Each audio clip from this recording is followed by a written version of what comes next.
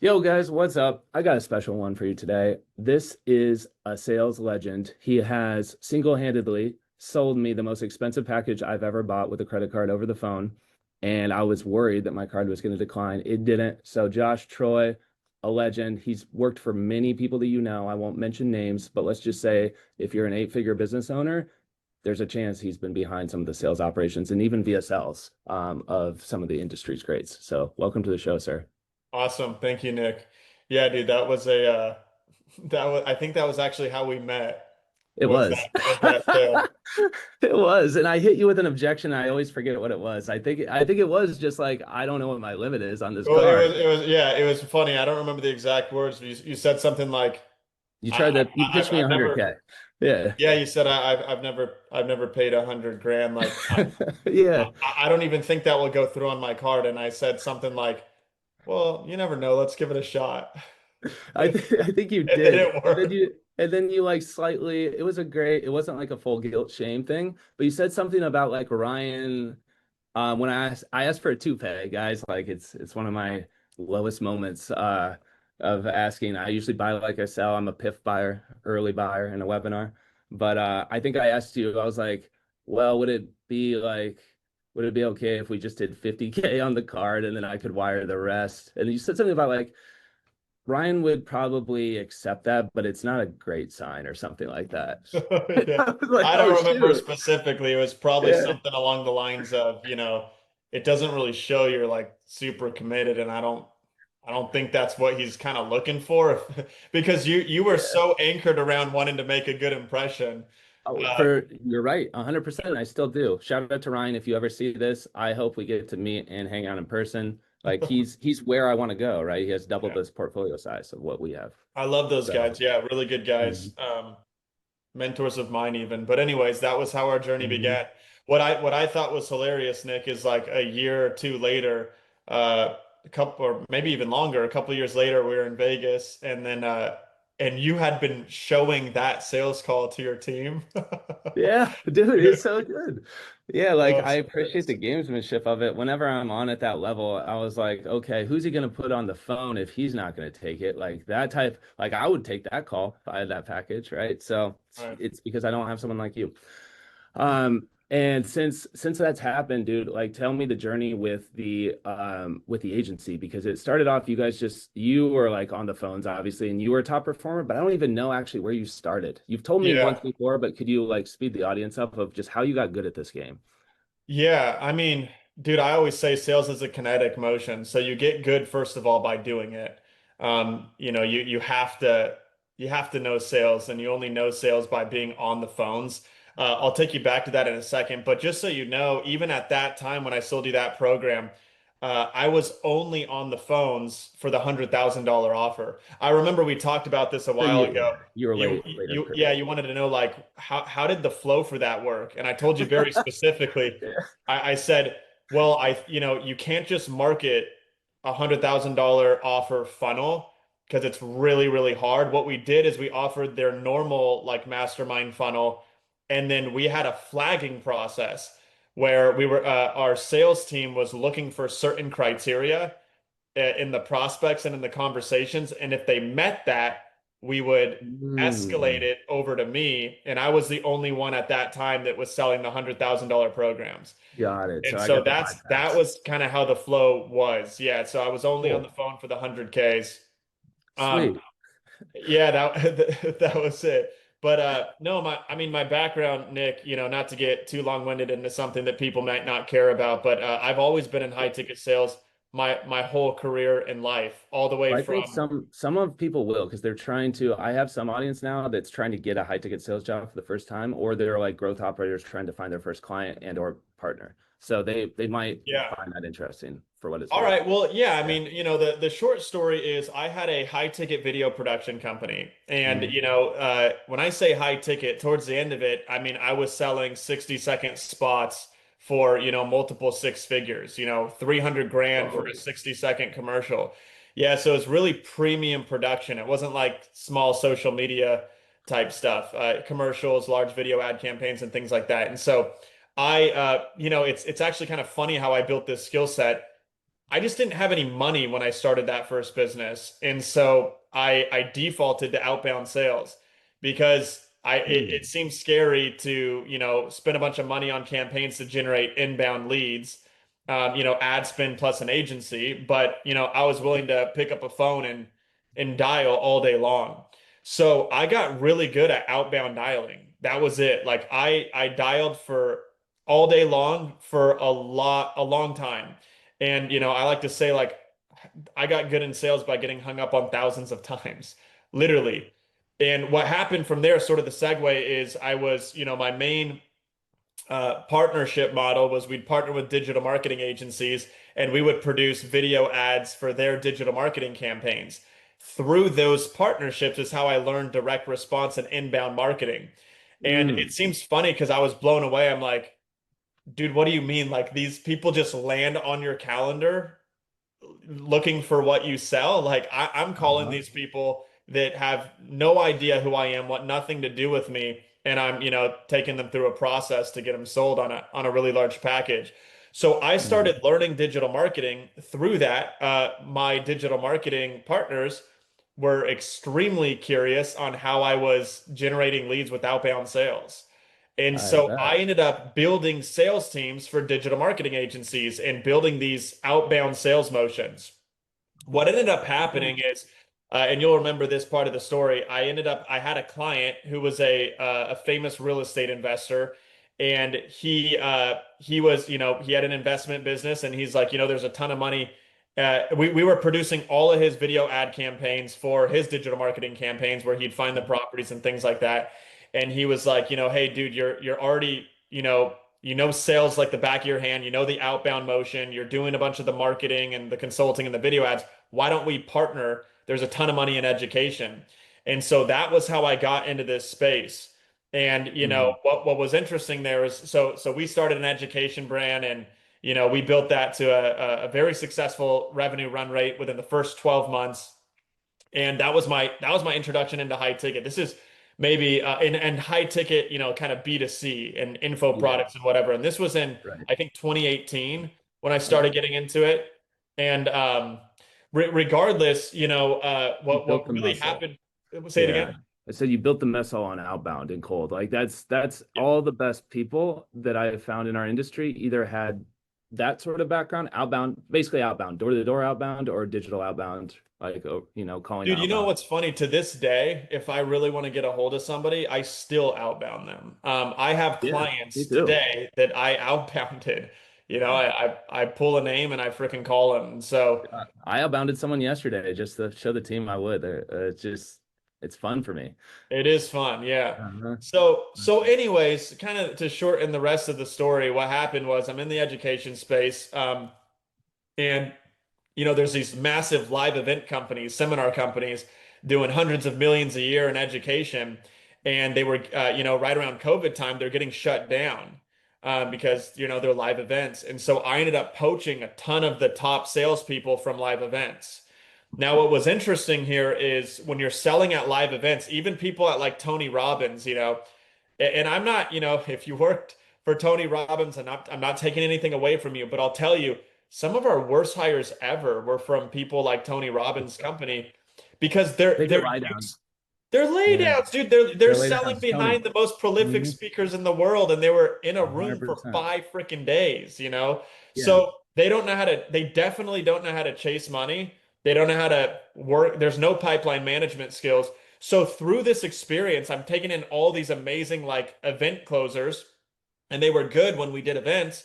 But dude, they didn't know how to do anything on, except back of the room.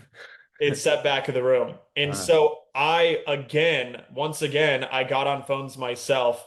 And this was back in 2020. I got on phones myself for my own business. And I just started putting up deals left and right and documenting the process. And it was really fascinating at the time because a lot of the reps that were around me, these are people that have been doing it for way longer in this industry, but they didn't understand phone sales. They didn't understand phone sales. They didn't understand how to take a cold lead and warm them up through a sales process because they're used to back of the room sales after lots of hours of content.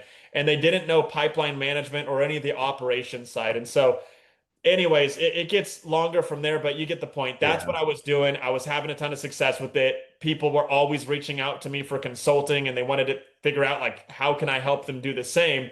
That's when I started, WFS Group and doing it outsourced.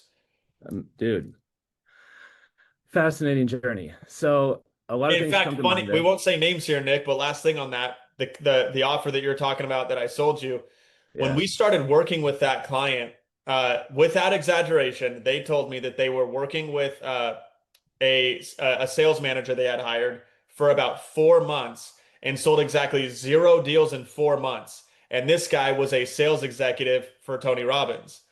And Hmm. dude, I was perplexed by that.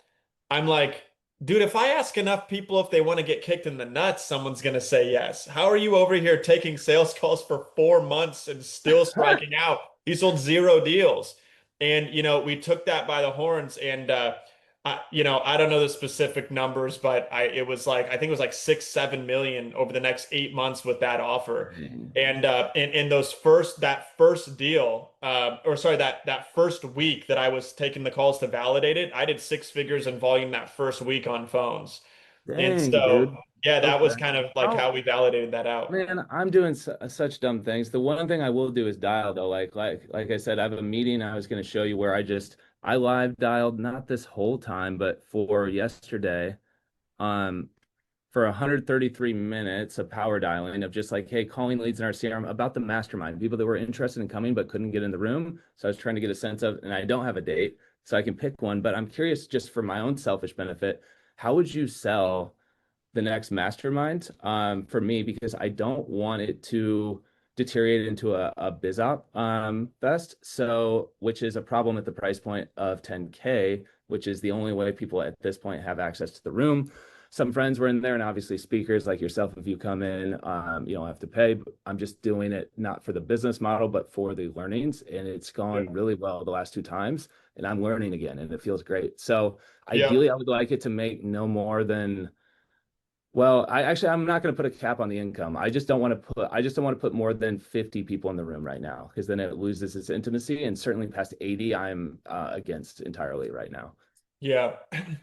It's interesting. I think this is a part that I have always been very good at, which is what I call pitch design.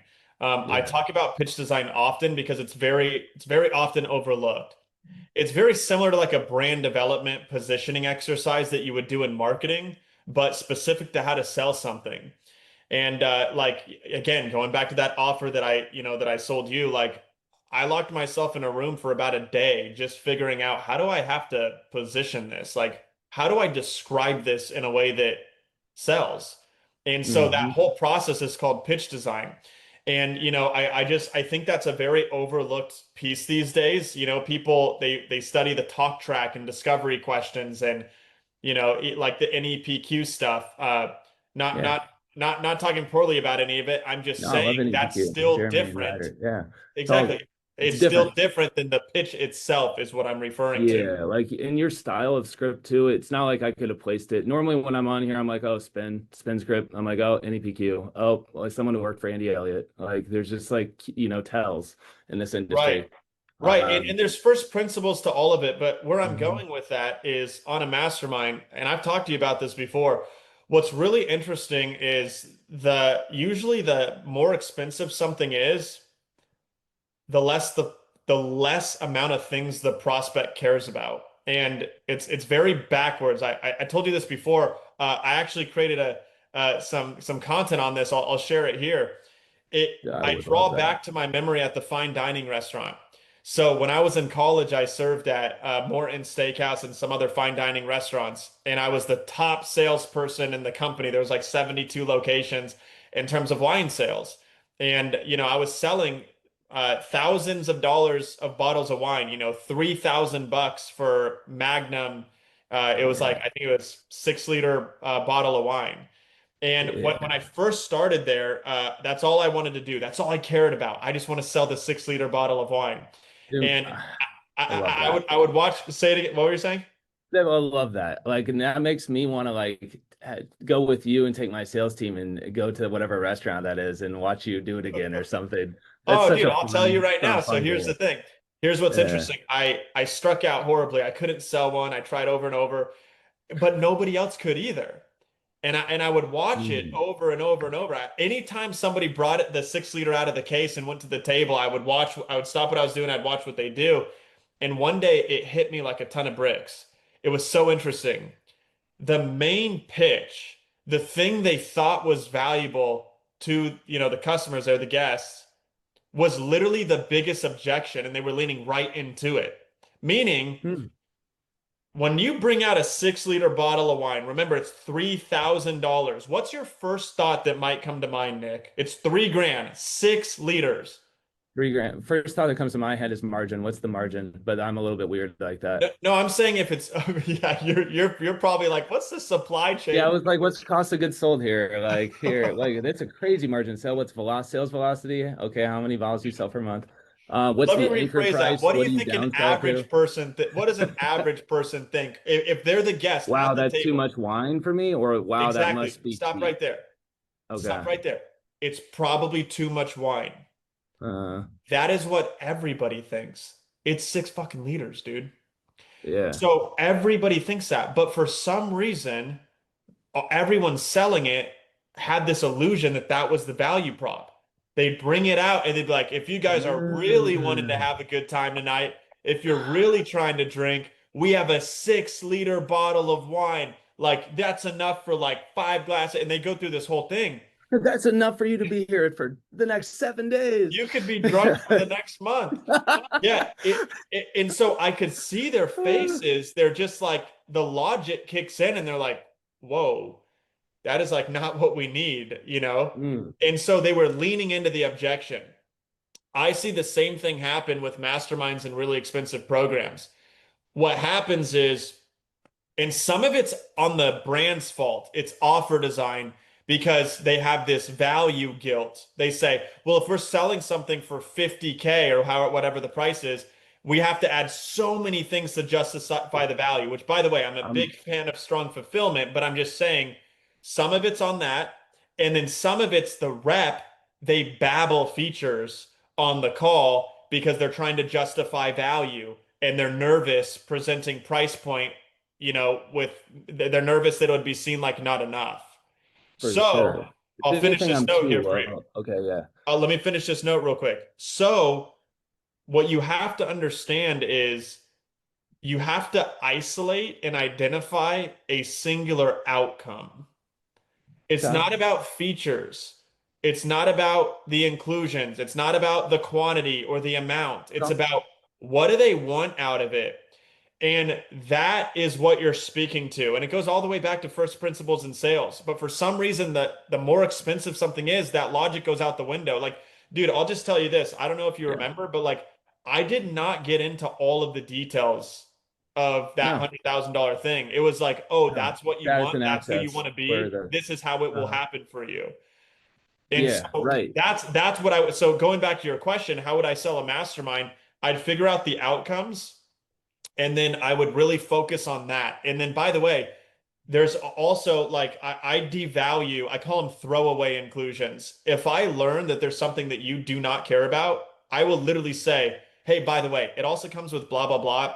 Completely ignore that. That's not even like a I piece noticed of you the did that. value. Yeah, we Yeah, just kind of throw that in, we just throw that in because some people care about it. But for you, you'll never even use it. This is what matters. yeah. No, it's great. And I found a few of those with my offer too. So I'm curious though this nuance to it because for me, I'm getting a lot of that's too cheap objections, but for me, it's because of the actual their value perception of the length of a mastermind. Because I'm doing just one full day from 9 to 4 for 10,000 right now. Shout out if you guys see this in the future, who knows? It'll be more expensive or cheaper. I can't guarantee that price point forever. But regardless, it's 10,000 for a 1K. So there is that objection to handle always if it's not me on the phones too and explaining it. And then I think what you just said Explaining is why it's really so valid. cheap. The perception of it is like and then I have to handle it and probably not effectively. I'm like, well, like I figured that it'd be like a $30,000 mastermind if it was 3 days, so I just did one for 10. So that's obviously not optimal. I'm not you. What would you do in a situation like that to either figure out what it should be or the value economics or the Yep. length? Like that's what I'm Yeah, well, struggling with. Is I don't I'll really tell want to you. do a 3 day. Yeah. It splits into two conversations again. You have offer design Okay. and you have pitch design. So like first thing, Nick, dude, if people are telling you over and over it's too cheap, maybe it is, and just charge It more is. for it. That's the first thing. Yeah. But let's put that aside, right? The way that I Mhm. go about, building offers and offer design, by the way, is I do a true stack, not a bullshit offer stack like you would have on a webinar. I literally figure out if all of these inclusions were isolated, what would be the value of them, and then what makes sense to package it all together. And the reason I do that is because it passed the test of logic, because some people do break all of those things down. There's nothing worse when you have an offer that the pricing doesn't make sense, where you're like, how do I get all of this for like, if it doesn't make sense, the analytical buyer will break that down. So I always start there, but that's not what really matters. What matters is this. My pitch framework is story pitch pillars. Okay, so I believe that your answer is likely in the story. Story pitch pillars. So when we build a story, we call it a mere narrative or an existence narrative. And an existence narrative is it's all framing. At the end of the Mm. day, it's all framing. You are influencing how they're going to perceive the information with the pitch and the pillars. You're influencing how they're going to receive that information by framing a story. And the story, it's not just a background of like, oh, here's who I am, and this is what I did, and blah, Right, blah, right. blah. Yeah. You're crafting a narrative on how this came to be and why you're doing it and the way you're doing it. So Okay. Differentiation type story. yeah, it's not, I mean, it's hard to do on the fly because I don't even know your thing, but it could be something like, so Nick, let me tell you about, this mastermind that I'm having. So for a very long time, I've had so many people. I feel like I'm contacted literally on a daily basis for people that they want to learn more from me. They want access to me. They want my systems, and they also want access to my relationships because, I have a lot of people around me that are frankly the best in the industry at what we do. So I always had this vision of building like a really high-end mastermind because I wanted it to be super elite. But the problem with that, and I'm just being overly transparent, is like right now, I don't want to put the resources and the bandwidth behind that to build the mastermind that I actually want. And Mm. so what I decided to do is, hey, what if I could build this and only give access to like a handful of people where through this mastermind, it's not as regimented as I want it to be eventually, but it will be a smaller group with full proximity, and I can actually have blah blah blah blah blah, right? You say you're kind of explaining this narrative, and you say, so for me to do that, I thought, well, I want this to be kind of a no-brainer because to me, it's not about exclusivity yet. It's not about it's not about the masses. What I wanted to do is say, I want enough people here for me to get the validated learnings on building what. So my point is, dude, you share this whole story where now when you give them the pitch and the price, it makes so much sense because you just already explained why it is the way it is. Yeah. Does that make sense? Right. Like, It it, does. It reminds me of like I think in copy frameworks, I'm like, you're roughly following the show the pain and the cost of development. While I wanted to do it a different way. Here's what I considered doing it. It's an here's what I aware considered. This is why because I'm doing it for this price point. It only makes Mhm. sense. I know I'm cutting myself short, by the way, but I'm okay doing that because the value I'm getting isn't just the money you pay me, it's the blah blah blah. So Yeah, secretly. yeah, Right. it It just truly needs is to make that. sense. It truly is that. Needs to make sense. It needs to sit above what I would charge an hourly rate at. And I'm trying, although I still do $10 an hour tasks from time to time. People come in like, can you do this? Of course. And then I'm like, wait, should I be? No. So I try to value my time at $10,000 an hour, like is a heuristic for my to-do list. So to me, I'm just like, cool, 8 hours a day, 40 seats, roughly. If I sell them at X price point, that checks and I get the learnings. So that's the hundred logical percent. thing And now. that Yeah. narrative is going to change how they receive it. Now, it's hard to do on the fly, like I said. Like that, You did obviously, a great narrative. job, bro. That was a great job on the Well, fly. that narrative isn't Mhm. strong. But the point is, if I could Yeah. just do it on the fly, like Mhm. then obviously the pitch design process wouldn't be very effective. You want to really strategize on that and think through it. and like hit on the emotional motivators and really speak to the core desires. The reason I call it a mirror narrative is because when you tell your story, they hear theirs. It's a True. mirror. So when you're sharing this development story, they need to be thinking to themselves, oh my God, this is like exactly what I want and need. So you have to kind of find that balance along the way. Okay. Thank you. That's actually very, very helpful for me. So like I said, I've been like the thing included with a mastermind when it's sold, but it's never been about me, at least at first. And I just was at first uncomfortable with it. And then second, I was like, okay, cool, move past that. I'll just bring in, it won't be just a Nick show like it was the first time. And I taught the whole time the first time. Then the second time, I was like, cool, I'll find at least use my circle of competence and the things people are already asking me to do. I'll bring in those types of people that are better. So Yep. to me, I'll spare you, but I'm taking an approach of just trying to be the most helpful mastermind in the room where people are not afraid to demonstrate and actually get value in the room as opposed to just keynote. So things are actually getting done. And an Yep. example of that is like shout out to Josh Gavin who came in and he's like, what do you want me to speak on? I go, bro, actually, I would love for you to live demonstrate how you would craft a low ticket offer for someone in the room and just choose someone, do a hot seat. So that's the Yep. vibe, right? It's just, Well, and dude, okay, again, goes back to the outcomes. Like in the way that you explain it, you need to identify what they want to pull out of that day because you're not selling the day itself. no, You well, know, yeah, I like could. I mean, I could sell it with status sell, but that's not me either, really, of yeah, just you're like not. I'll experience. give you a quick example here and we'll move on. Uh, There was an offer I was at an event for, and I had a brand, and this particular brand wanted to roll out a 30K mastermind. And the day before the event or the day of the event, I can't remember, this person said, we're not going to launch it. It's not ready. And I said, well, what do you mean it's not ready? of What do you mean? course it's not ready. There's Yeah, a room full of people here, like they want it, and they thought it wasn't the right time. They thought it wasn't the right audience. I literally, so basically, instead of doing a full presentation and a pitch from stage, they literally just said, "Hey, we have this other thing. If you're interested, talk to Josh." And I sold three damn. 30K programs just like without any pitch, just talking to them right there. Right, so I sold three, so 90K in like 15 minutes. It was really fast.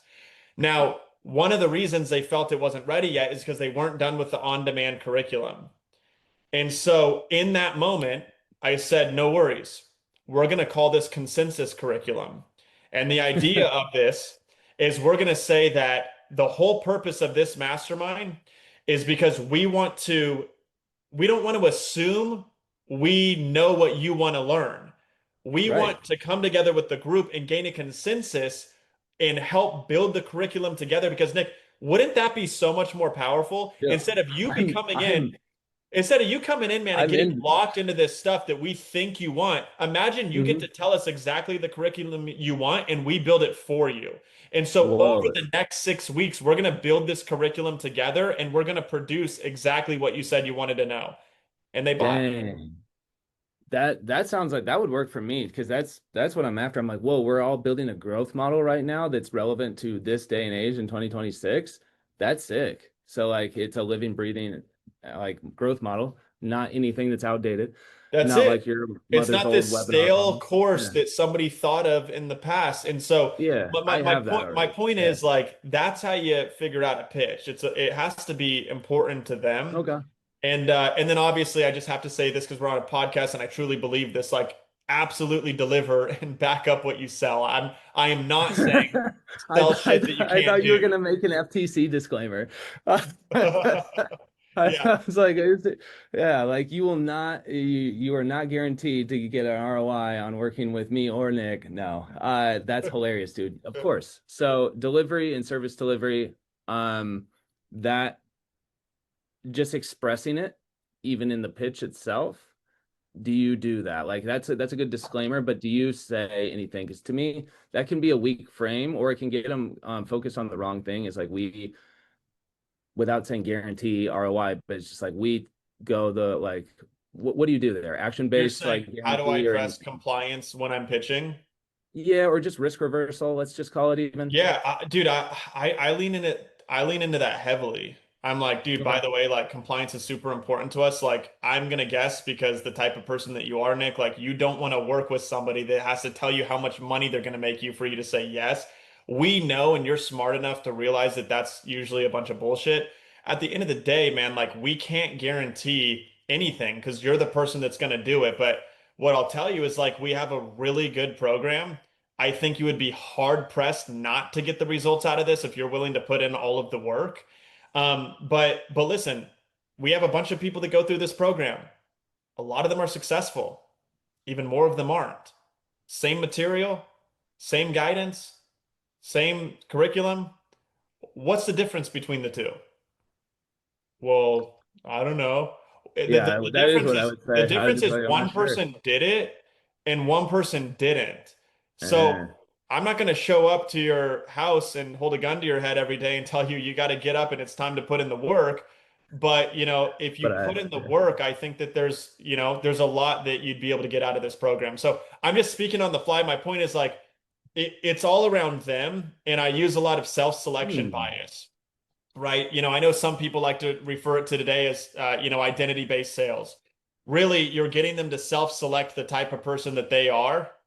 Um, and most people feel pretty good about, and you have to be careful about that too, because like, for example, if I'm selling somebody that I know kind of has a lot of self-doubt and a lot of fear, and I'm not selling to a more sophisticated audience, you have to angle that a little bit differently because if you say those things, they might think to themselves, well, no, I'm not really good at getting things done by myself. I'm not really an action taker. They might think that. So you'd say something like, now, by the way, do you think that you can make a commitment that if you have the right support, if we're there to hold your hand through every step of the process, if we are giving you tons of opportunities for coaching calls, are you able to just take step one?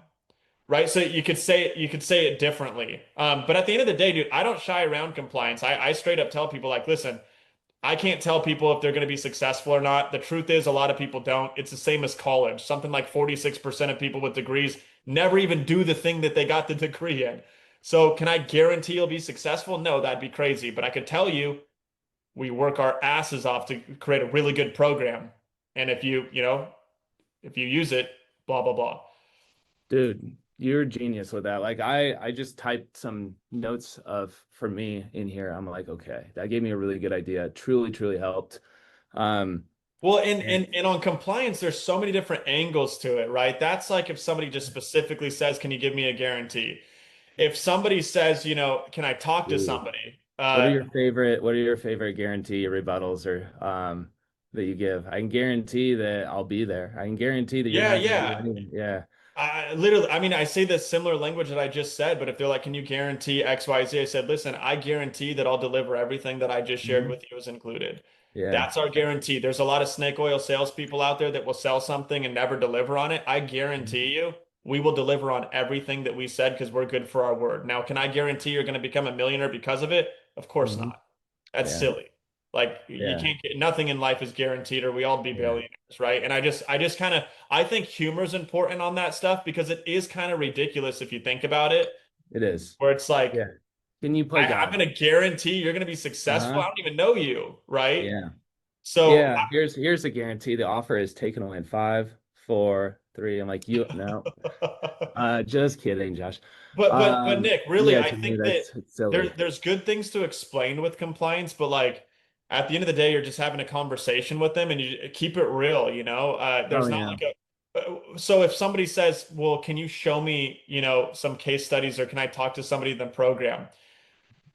Then Say, "Hey, marketing we hasn't we done their we we, we job. can't for multiple Yeah. reasons. We can't for multiple Oh, reasons." No, okay. no, yeah, no, we can't for multiple reasons. Number one is because just because somebody else was successful does not mean you're going to be successful. And trust me, Nick, it'd be a hell of a whole lot easier if I could just send you someone that was successful and now all of a sudden you're in. I'd love to do that, Hmm. but because of client compliance purposes, we can't do that. Like past success isn't indicative of future performance. So we can't do it for that reason. Number two, testimonials are kind of a joke because I'm Yeah, not going to introduce anyone that's not going to sing our praises.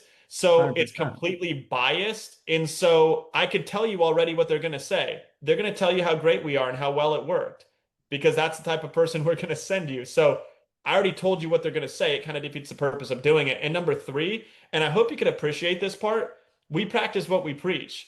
We're showing you how to scale this type of business. Well, we're not going to do something that isn't scalable. We protect our members in our program. It's really important to us.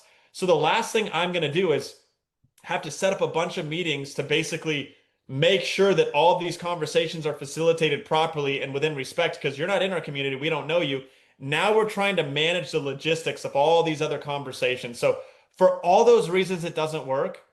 And then you just go into objection handling. But let me Okay. ask you this. I love that. What is it? What is it about, XYZ that you're still not fully confident about in terms of taking the next steps? And then, they'll tell you the I thing and just you the surface level objection that I got the most on this was none of those is what's the agenda? say it again. The surface level objection I got the most actually was what's the agenda? Okay, so dude, you're gonna think this is funny. I And probably you are a will. perfect witness. I don't sell masterminds with agendas. Either do I. Yeah, because they get picked apart.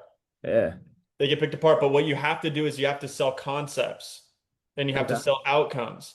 So what I do is I describe the way that the day works, and then Mm, I describe, what we're accomplishing them there together. And so a lot of the times when they want to people you want to paint a picture for them, especially when you're future pacing, right? So yes. people want to imagine what the room is going to be like. Like they're trying to, if you think about going on a vacation, you think to yourself like, well, where are we going to eat? What would this hotel Yeah. be? Like, are we walking there? You're thinking about the The visual experience. feature pacing. Yeah. You're thinking about the experience. So you want to paint Mhm. that image for them and give them the experience, but it's not about like, this is what we're teaching and this is what we're covering. I never get into any Yeah. of that. Cool. That helps a lot. I'll last time I attempted to do that with an office tour video, like typical info style of like, hey, here's what you can expect. It didn't look that great, but like it's the concept plus the idea of it maybe put some people over the line. I did that instead of an agenda. So it's like that same sort of idea. But I love the idea of on the phones, you have to paint that picture and you have to use a visceral language and then show people that the Very experience will visceral. come. Yeah. Yeah. And by the way, You even I like using pictures of like, hey, this is the room you're going to be in. This is what it looked like last time. This is how we network. Like, I I probably shouldn't have sarcastically, yeah, used an AI one too. Our office flooded the week before. We did the first one, and I told people that, and then I made an AI video with just a bunch of water and us surfing through the office. But that makes sense. And like, what would you specifically highlight in the office if you were to do something similar? mm, so again, this is on the fly, right? But like, if Yeah, it's hard because I don't even know what you sell, but like, I'll just make it up. neither do I. So I'll pull from an example, right? Like if I'm selling a mastermind, I might say like, so I'm going to sell the idea and the outcome that they want. Remember, that's what I'm focused on. Mm, So my whole frame is, and my whole narrative sort of is thinking about that. So I might say something to the effect of, listen, you ever been to a mastermind before, Nick? yes, Yeah. lots of them. Me too, man. Some of them were really fun, but fun doesn't always mean value. And so I had to kind of like decide what type of day I wanted to run. What was on brand for me? What do I want my Mm, members to leave with? And mm, when I think about that, I think back to some of these masterminds that were run kind of like a party, where it was just like it was a bunch of fun and there was good speaking and it was motivational and there was networking and all this stuff. But like there wasn't a ton of substance. There yes. wasn't a ton of substance and there wasn't like specific achievable outcomes to leave with. But I've also been in part of masterminds where it was like, this is what you're doing every minute of the day. And now it felt like I was in school again. And I don't want to go Right. to a I don't want to go to a freaking classroom. I want to Mm, be a part of a mastermind with high level individuals. So what we did is we made it so the first half of the day, it's extremely topical. It's very deep, where we have a handful of different concepts that we're going to go over. I have guest speakers that are going to be there. And we go an inch wide and a mile deep on here. So you are literally after each session leaving with an epiphany of like, holy shit, that's what I was missing.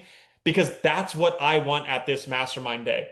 Then at lunch, I'll paint the picture. We cater, dude. I have this Italian spot. It's so freaking good, really cool. It's just relaxed, like everybody's talking. Typically people are talking about what happened the first session. Then what we get, so I'm kind of painting the picture, right? yes. So Life forsating.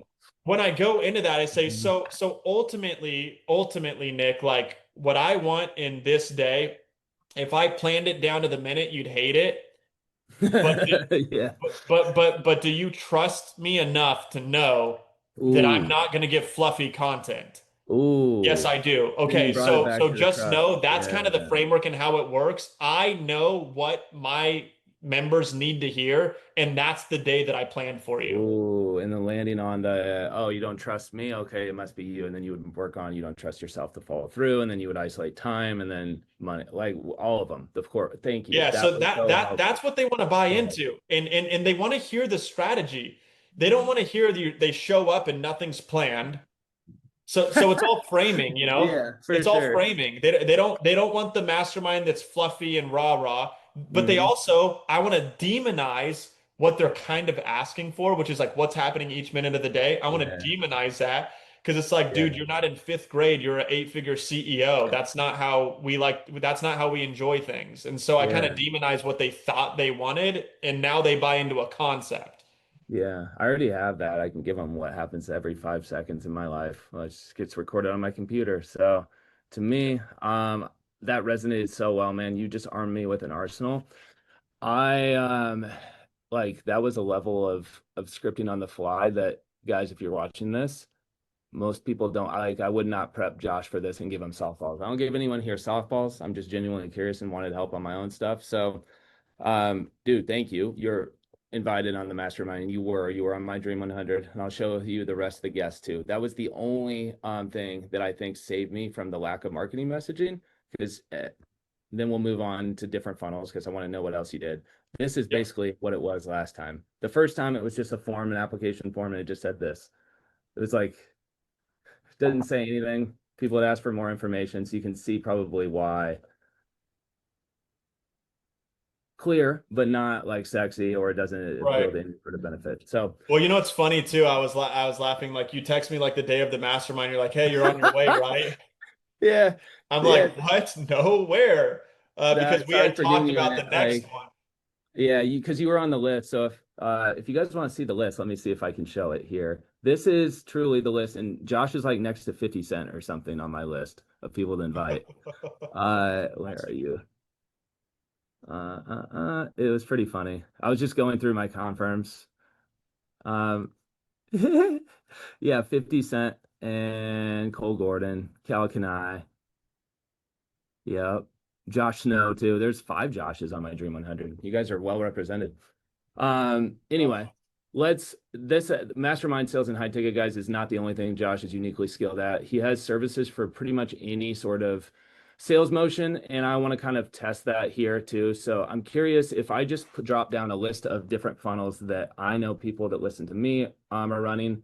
We got people that are running book funnel ascensions. Hmm. We have people running 3 and 5 day challenges, if that matters. I don't know if it does. We have people running VSL call funnels because that's what they come to me for usually. And then also in the past, auto webby, but not so much anymore. Live webinar. And I'll stop there. That's the most common front end gates, and also just maybe low ticket guides slash ascensions in general is Yep. probably the second most common. And if you had to lump that in. So which of those is your favorite to design sales motion if you don't come in and you don't have to work with the sales team and you can just have your own way? What's Yeah. your fave? I mean, dude, I like selling really anything if there's good marketing. Yeah, clearly, but way more bottles of wine that no one needs. Yeah. Yeah, yeah. I mean, I'm dude, gonna put my that at the record is top of my ascension. Yeah. my record is I sold a 6 liter to a six top, which is comical to think about. That's a liter per person. That was like, Dang. but again, I That's didn't pretty sell cool. it based on quantity, right? I sold it based on the memory and the experience. But anyways, Huh. yeah, we sell on all of these. I love content funnels. I think content has come back in a big way. Mm. You know, and I talk about YouTube this a organic lot. or anything? Say it again. YouTube organic or just any content? Specifically a content fun. I mean, YouTube's obviously great, but I'm saying like a webinar, a challenge Okay. model. Case study. Yeah. Yeah, like something that it's about indoctrination, and that's come back in a really big way. I think people mostly know that in 2020, 2021, like we were doing 25K one call closes off a webinar that people didn't even watch. Like it was it was just different back then. Now, it's people say it's a trust recession. Some people use it a little bit of as an Uh, excuse, but Do you believe that a trust recession? And what does that even um, mean? I believe, I do believe it, but I think Okay. that again, I think people exaggerate it as an excuse. But I do believe it to an extent. I believe that buying psychology has changed because I've seen it, dude. I sell a lot of stuff.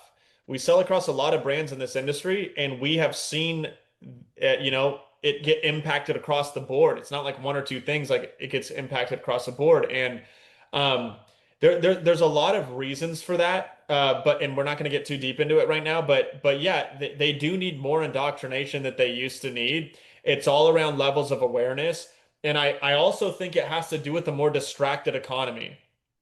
What I mean by that, let me tell you an interesting fact, Nick, because we sell a lot of different biz ops. Mm-hmm. I can't tell you how many times I'm looking at our sales boards from different brands and I see the same name on different sales boards. Yeah. Like Yeah. they'll buy something to learn how to buy a business. Then they'll buy a program on how to be a real estate investor. Then Mm. they'll buy a program on, how to run an Airbnb portfolio. Like Yep. my point is Shout this, it out. actually goes back to the basic thing. It's they're looking for an outcome. They're distracted. It's shiny object syndrome. They're looking for a shortcut.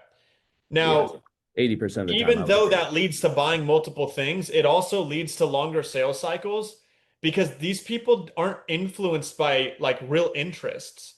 They're just trying to figure out what is the best path, and there are so many freaking options today. Yeah. And so Great that's what so the opportunity more vehicle. content, the Yeah. more they get bought into the vehicle itself. Mm-hmm. Okay. Sweet. So what then you mentioned levels of awareness, like Hopkins, levels of awareness. Yep. Where does that come in play? Maybe just give one example for people that don't know. I think the concept originated in breakthrough advertising or something of that Yeah. that. But for me, I go from lack of problem awareness to most aware, like those five stages. How do you kind of take Yeah. that and deploy it, if anything? Well, let me try to give some sauce right here. Go for it. I think there's a few things we could speak to on this that will be not what people hear every day because I'm like you, Nick. Like I like to be analytical and deep and technical. And so one thing I'll say is, I see on this list book funnel ascension, Hmm. um, and then even so, low ticket guides, and then even some of these other ones you have to build an SDR motion around to really get your bang for your buck, right?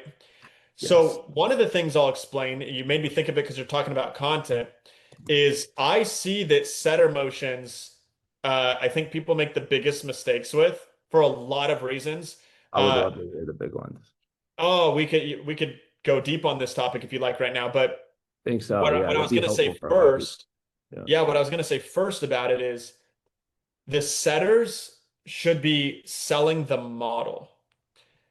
What do you So mean? often, I'll tell you right now. So, all right, you have a model or the mechanism, the vehicle, the path itself, and Hmm. then you have the actual offer. Setters should not be trying to generate interest in the offer. They should try to get the prospect sold on the direction. And so Hmm. on the way that we do our setter calls is they are generating interest and amplifying desire for the model and vehicle itself. So for example, if it's an Airbnb program, we are getting them to understand we're increasing their awareness and amplifying desire for the most attractive parts of an Airbnb business. We're not even Okay. talking about the offer or what we sell or what the inclusions are. It's literally just why this is the right direction and then they have to they need to commit them on the pre-call material before they talk to the closer. All of this is awareness. Okay. Yeah, that is very unique, I feel like, to you, because you've dealt with so many situations where you didn't have the benefit of having a nice tight VSL or a webinar that someone would write for you that would set you up. Because sometimes that's cleared. So if you have to like do that on a call, that's like sorcery to me of just like how do you do that specifically? And then what homework step and what's the expectation? Yeah, so a couple of things. For setters, the scripting is all around awareness. So, and then we're actually giving awareness too. We're kind of giving and we're sharing. So what I like to say is, I think a lot of people are getting really tired in the industry of fluffy sales calls where Again, like Jeremy Miner, great sales trainer and incredible Hmm. salesperson. But I think there's a lot of people that they'll try to follow his process, but they don't actually understand sales, so they stay very surface level. So Yeah, what do you care he's just about? like, Yeah, they yeah, say the things way like, he so is just so coming so out, why like, do you want to do this? But why right. though? And why now? And what would Uh-huh. happen if you did? And they're very, very fluffy. So what happens is the prospect gets to the end of the call and they're like, I don't know anything different than I did at the beginning of the Mhm. call. What So, what we want, what we want where the industry shifted is we want to demonstrate expertise to amplify desire on these calls. And if you're a really good SDR, you're salting. Salting, what that means is like oh, you're making their mouth water. so you, okay, so the SDR, you're not, it's both in them. Position SDR is almost the expert, is what you're training them to be. No, you're positioning the closer, the program advisor as the expert. Got it now. Yeah, Okay. yeah. So they're positioning the closer as the expert, but they are sharing information that increases interest and awareness Yes. because Good. that's the big difference. So you'd be asking questions like, so, so what about Airbnb arbitrage like was most attractive to you? I And then don't know. I don't know, man. Media buying actually just a lot like click and bait ad and I'm here. I thought I was gonna get a cash giveaway. Um, exactly. No, but yep. you say it as a joke, but exactly. A lot of the times they don't say the cash giveaway thing, but Yeah, a lot of the times the prospect will say to the SDR, I don't really know. I just saw an ad and it looked interesting. exactly. I That forget. thing right there is why Mhm. they're not going to show up to the next call, is why they're going to be a horrible lead for the closer, and why they likely won't convert. They don't know anything. So you have to dig. Yeah. We call it heat indexing. We have to identify where on this buying gradient are they. And then we understand. And by the way, you're not turning into a teacher, you're still a salesperson, but that shows us how we need to educate them. And now all of our questioning, all of our sequencing is around things that give us an opportunity to educate them on the most attractive parts of the model, right? Mm. Now they're Mhm. like, shit, like I really want to learn more about this. I want to talk to the program advisor. Sweet. And then I'm guessing because the program advisor, and guys, if you're listening to this too, sales, usually closers, Josh probably knows a few other ways, can be framed as a strategy session where there is like a degree of an expertise for the closer and an application frame where you're applying to work with the person above them even, and probably a variety of different other frames that you've played around with. Yeah. What like expertise frame do you kind of set for this person? Yeah, so I don't want to create other objections for the closer. So I don't love the strategy session thing these days. Me neither, Um, yeah. Especially because it sets a different expectation for the call where a lot of people are like they want to unload their shit on you and have you diagnose type of thing. Yeah, work in my So business. what I like, so again, this is a really critical part of a setter, when they're setting the call, it's all about edifying the closer. So they might say, so Nick, based on our conversation, man, like I think this is definitely at least something that's worth continuing to explore for you. Based on you saying X, Y, Z, I think you're really gonna like this. What I'm gonna do, I'm gonna set you up with Mikey.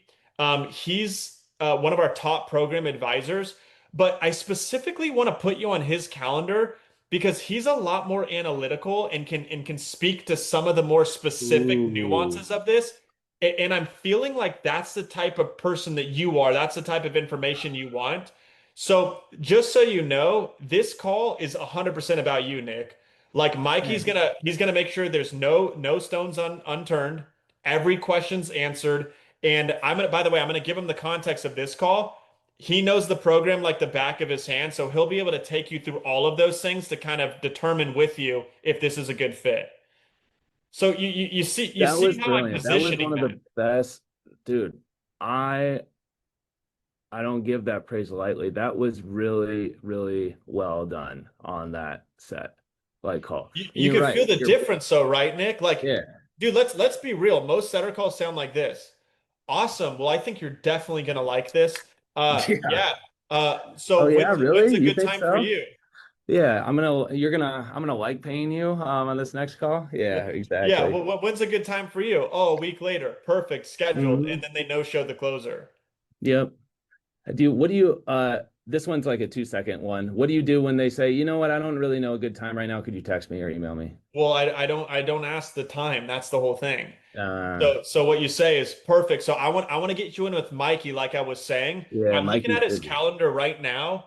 Um, he's got a pretty busy day tomorrow, but let me tell you what. Uh, I'll just cancel his meeting. would you be able to swing maybe 9:30 a.m. tomorrow? Okay. I love that. Prizing the time. Yeah. Yeah, probably like because dude, I'm not just gonna give you any time in the. Could you do maybe 9:30 a.m. tomorrow? Now, here's the part where a lot of SDRs mess up. They might say, tell me what they say, Nick. Yeah, they usually say, "Oh, well, Oh, I'm pretty that's busy." great. I'm gonna send you the calendar link. Go ahead and book it right now is the number one mistake. Well, that Thank is the mistake. But before that, a lot of them push you. back on the time, and they'll say, Uh, "Oh, I'm not free then. Like, yeah, it's a busy week. Let's look into Monday." Yeah. So, Destroys the velocity. can I be really honest with you, Nick? Yeah. Ooh. Yeah, you can, man. So, I love so dude, honesty. I just listen. I've been doing this for a long time. Like, trust me when I tell you, not everyone's the right fit for this, and that's totally okay if that ends up being the case. But I've done this for a long time. If I push somebody out that far out, a lot of the times they don't remember this conversation. It's kind of like we're starting over from zero. And so I'm actually not allowed to book somebody out that far. But let me ask you this. It sounded like you were really serious about this. You can't just find even 30 minutes over the next couple days, and I could be flexible on our end, but is there any time between now and Friday that I could just, bridge that window for you? And so I just let them know like, hey, we don't even book out that far. We're gonna have to start over the whole process. You're not gonna remember this conversation. And frankly, a lot of people just don't show up when it's booked out Mhm. that far. And I don't have the authority to do that, but I do have the availability for the next 2 days. I'd love to get you in. Is there another time that works? And so the Mm. biggest thing, Nick, is we treat the time to book for a closer as an objection. Most That most is setters do so not. smart, bro. That's so I'm gonna steal that from you. Like that's That's genius. one of I the don't know biggest, anyone yeah, does you that. can have it for free and any listener. Like that is the Yeah. biggest thing is you have to really edify the closer, get them sold on the model, and then freaking get them in the next 48 hours. Otherwise, they end up no showing anyways. And even, dude, it's even more than that. Like, that's why I'm like, as a media buyer, I need a sales leader like you or an org like you to make my model work. Because I always tell people as a media buyer, you usually hear from sales one of three things, and it can oscillate between these three things. Phase one is I need more leads, fill the calendars at all costs. As soon as they're filled the next day, hey, the leads suck, right? Lead quality concerns now. And then once lead quality normalizes or it's good, usually the sales manager will go away for a while, but at some point they'll come back and they're like, why aren't they buying? Like they're not buying, they're not qualified, they lack context, they don't know enough about, right? And that is actually a lead velocity problem because you're losing context as the sales cycle elongates. So, and That's media it. buyers can only optimize at best on Meta on a 7-day window. I think Google too. So if I have a set close or a set, like media buyer sets it on calendar to setter to closer, closer closes it, and that's outside 7 days, I can't optimize. So now I'm like, now people are pointing fingers at me and I'm pointing them back at sales, and then the whole thing like can become hostile unless you actually have someone who understands this concept. 100%. It's all, I mean, I always say this. Most people talk about speed to lead, but they don't talk Mhm. about speed to sale. Yeah, lead to Like it's not sale. just That's about my the number first one. touch point. It's about throughput.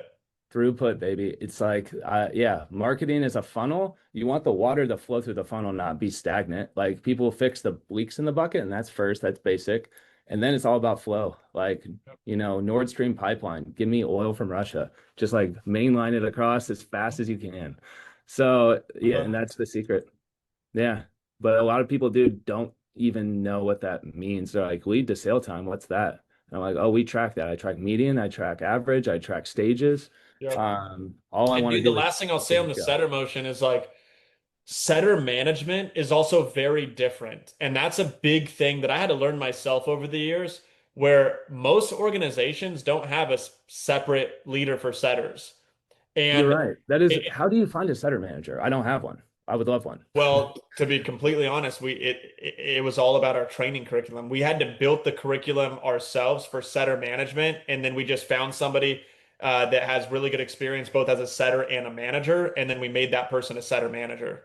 That makes a ton of sense. Do you, like Yeah, me, have a hard time converting setters to closers, and it's just like better some setters, or it just better off staying as a setter? absolutely. Okay, cool. I Absolutely. wanted to I make sure mean, I dude, wasn't crazy. there's a good amount of people that, yeah, they'll become a closer, but there's a whole other type of person where they could be an amazing setter and they will not do well as a closer. And it actually has to do with what I was about to say. Okay. Setter managers, it's is there sales? Of course there is. They're still running a discovery. They're still, doing these things we talk about, but we manage setters more on technical compliance. What Yeah. I mean by that is here's a list of 10 things you have to do on a call. How many boxes can we check? That's who the best setter is. And so, for example, uh, did Mm. you increase the awareness around the model? Did you edify the closer? Did you book within 48 hours? Did you get the commitment that they're going to watch the content before that call? Like all of those things is, this is a list of Yeah. examples. That's what leads to high conversions. When most setter managers, they don't look at it, or first of all, they're not a setter manager, but most managers, they don't look at any of that shit. They're just looking at, Yeah. oh, well, ask the discovery question like this or that, and they're missing all the main points with setting. Do it all the time. Straight to like training, and usually training the area that they don't need coached in, due to lack of understanding and a variety of other factors. But that checklist, I would pay money for that checklist if you had it for sale.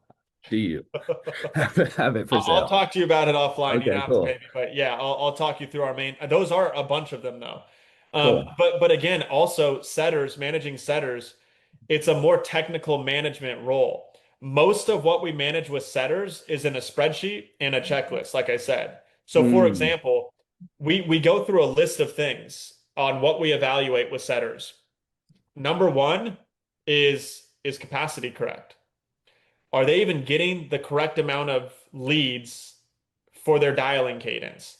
Number two, I'm insulted you would ask, Josh. Of course. Yes. number two, not you, right? Number two is output. Are they making the amount of dials they're supposed to make every day? Number three is connection rate. Are Mm. they connecting with as many people as they need to connect with, or is something off? So you're basically going through all the activity KPIs, and then you have the call checklist itself. Right? Mhm. Are they fun, and then it goes through all those steps that I was talking about. So managing setters, SDRs in general is a very, very different process. It's very misunderstood. And it is the reason that more than half the people I talk to say, oh, yeah, setters don't work for our business. Oh, dude. Yeah, people, yeah, everything works and doesn't work is kind of my thought. It depends on the context, but what I hear actually more commonly, people that come to me for setters don't work, is they blame the recruiter. So I'm curious, for recruiting, who do you go to if you don't want to reveal a We, source, or do you recruit it we don't yourself? we don't go, everything's in-house. Okay, Yeah. sick. So I have a director of talent acquisition. She's recruited 600 sales reps in 18 months. We have a sourcing team Dang. under her. Yeah, we do very high velocity recruiting. But I'll tell you this, it's a combination of several things. I don't believe you find top talent, you develop it. Me So too. it's not as much emphasis on talent acquisition as it is talent development. So, but you need to verify the raw potential. So I'm not, by the way, I'm not saying you hire unexperienced people. I'm just I saying do. that Yeah, I alone do. it is not going to be it, right? So in the interview process, we have a real skills assessment. They have to do a full mock call. They consume 3 hours of content just to prepare for the call. That shows level of commitment and a couple of other things. Okay. Then our ramping process, they go through a lot of freaking training, and then it's the management motion from there. Dude, you can't blame a recruiter because Well, yeah. if somebody blames a recruiter, my very first question to them is, I say, okay, what's your onboarding process look like? Okay, Yeah. what does your ramping process look like? Okay, what is your performance management motion? Okay, Hmm. and what training assets do you have? Like it, and the It's answer is usually, well, we don't have any of those things. It's like, okay, then yeah, it's we not have your a recruiter. phone book and they're gonna cold call leads out of it.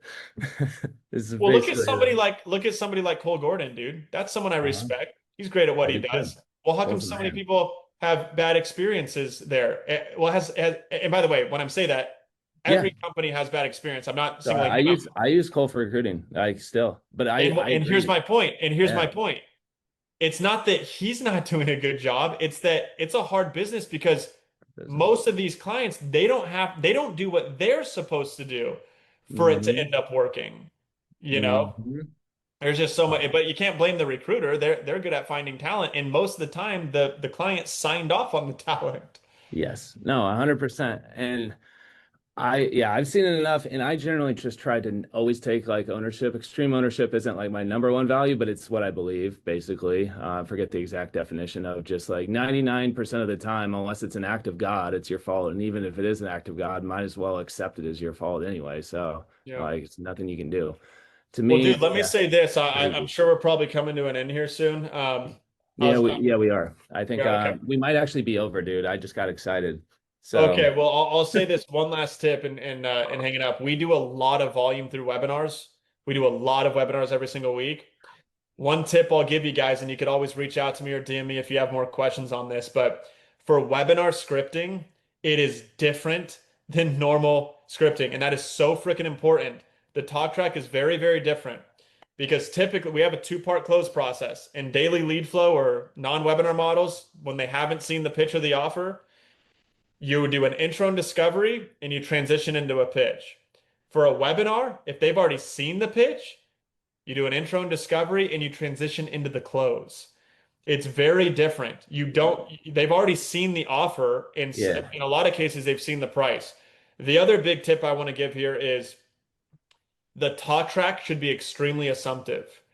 Instead of like a preliminary discovery where you're kind of searching for information, you're confirming information. The discovery is very confirmatory. So Hmm. you're You basically don't like react to it. they That makes saw sense. the whole webinar, they saw all the information, they saw And the the price in a application. lot of cases, and they booked a call. We are simply taking them through a discovery that's confirming the information that's very assumptive around their enrolling, and that makes a massive difference. And is that faster, you find? What's just one example phrasing? Because if I fill out my application, I say, I have access to financial resources for financial. Well, how would you confirm that? Or is that one different? It's more the positioning of the call itself. Like, hey, Okay. I obviously I know that you're on the webinar. You saw the offer and you booked a call because you were interested in getting started with us, which is awesome. I'm really excited to talk to you. On this call, I do just want to go through a few things, confirm some things about your situation. We're really protective of our community. I want to really make sure that this is the right fit, but I'm sure everything's going to be fine. And then at the end of here, I'll kind of walk you through the next steps and get you onboarded and everything here. And then you see what I'm saying? Like it's all very assumptive Yes. Yeah, because understood. You're you assuming the sale at every basically stage. yeah. And again, this is all on the fly, Nick. Like our talk tracks Dude, more specific you than off that. the fly is better than 99% of people I've ever heard track stuff. So you're good. Well, here's the thing though. Here's the thing. You have to go into that sales call literally thinking this. Okay, wait, you spent 3 hours on a webinar. You saw the offer, you saw the price. They said to That's book a one. call if you want to join. You booked a call and you're Mhm. not going to buy. Yeah, It crazy. doesn't make sense. So people don't show up with that energy, and you're not aggressive or salesy or freaking whatever. You're just, dude, assume the freaking sale. Like, what people go so far backwards in the process where they act like there's no level of interest, Yeah. And so all I'm saying is What's the treat it like Cardone an quote? enrollment call. Treat it like an enrollment call, verify everything. And so another thing is like, we'll end here, dude. I get excited about this stuff Me too. too. In my sales training, I actually have a sales training called What Happens in Between the Questions. My point is, every Dude, no one's sales ever trained trainer, that either. You're thinking of yeah, things that no one's thought of. well, dude, I've watched thousands of calls and Uh, I've looked at a bunch of top performers and I've asked myself, well, how come messed up my mic here. I think, okay, well, how come even if they're in theory doing all the same things, why do some closers close way better than others? And it caused me to go way deeper. And so every trainer out there talks about questions and here's what to ask and here's how to script. run it. Yeah. But what happens between the questions? And so there's very specific ways we do this and the way that we digest information and selective hearing, knowing what to unpack further. There's all these different things, Wow. demonstrating expertise to smoothly connect to value. There's all these things that we teach. But one thing on webinars is, well, and this is what I mean by being assumptive. They'll say, yeah, so the reason I was attracted to this is because blah, blah, blah. And then you'd say something like, got it. All right. So that makes sense. So that's why when you were on this webinar, when you were on the webinar, you decided that you wanted to join the program because blah, blah, blah. So my point is, even in the way you interact with the information and the responses is all around why they made the decision. Like Hmm. they've already made the decision, and Yes. and You're and you're assuming you're that just they have continuing that frame. autonomy. Yeah, like I love that, dude. That's so fascinating. I would love to actually go through that myself. How long is something like that? The in between questions training. Yeah, the in-between questions. I think it's like 45 minutes, but so just like Hmm. probably any training center, we have multiple trainings that have some overlap. So I'm I just have gonna come in work for between the you. questions, and then I have one that's called hypnotic level close rates, which kind of doubles Whoa. down on that. And All then right. my favorite training that we give our reps is called advanced trust building. And this is how we close deals with people literally saying, things like, I appreciate how genuine you were. You weren't just trying to Yeah, sell thank you. me. Hmm. It's building indifference and trust through kind of like reverse psychology uh, type tactics that are all rooted in integrity. So, for example, I think these days people really oversell, Nick, and it's a huge turnoff. You say, so, do you think that I would do you think I would get a lot of value in what's an inclusion? Do you think I would get a lot of value out of the live events that is in the program? The Yeah. amateur sales rep is like, oh, absolutely. Those are Oh, so yeah, valuable. right. But what you do is you go into a frame of like, yeah, well, I mean, let me ask you this, right? Like, are you the type of person that's really hands-on and you learn better by like being in person and actually Hmm. doing things, with others?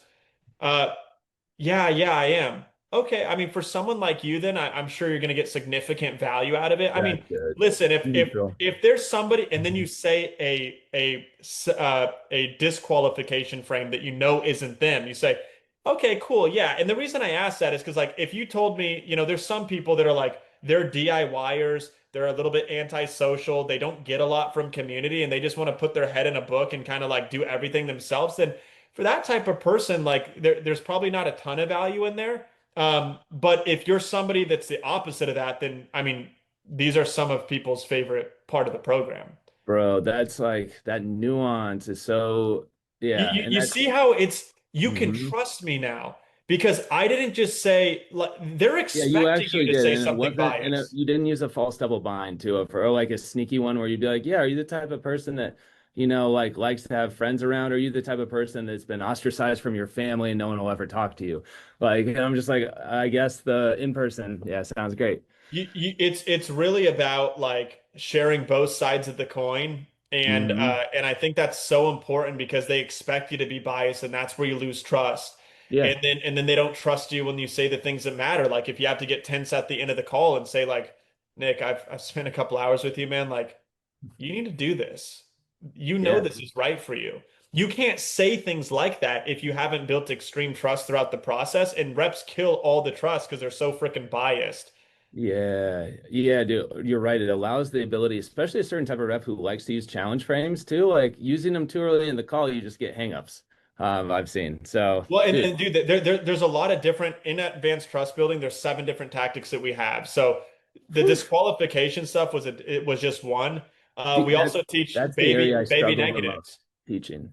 Yeah, Go ahead. baby negatives or throwaway disadvantages. So a baby negative is if you say something like, I'll be honest, Nick. Like, I think the in-person days are incredible. I've heard the food isn't that great. I'm just being honest. I heard the food isn't amazing, but like the content itself, people get a ton out of.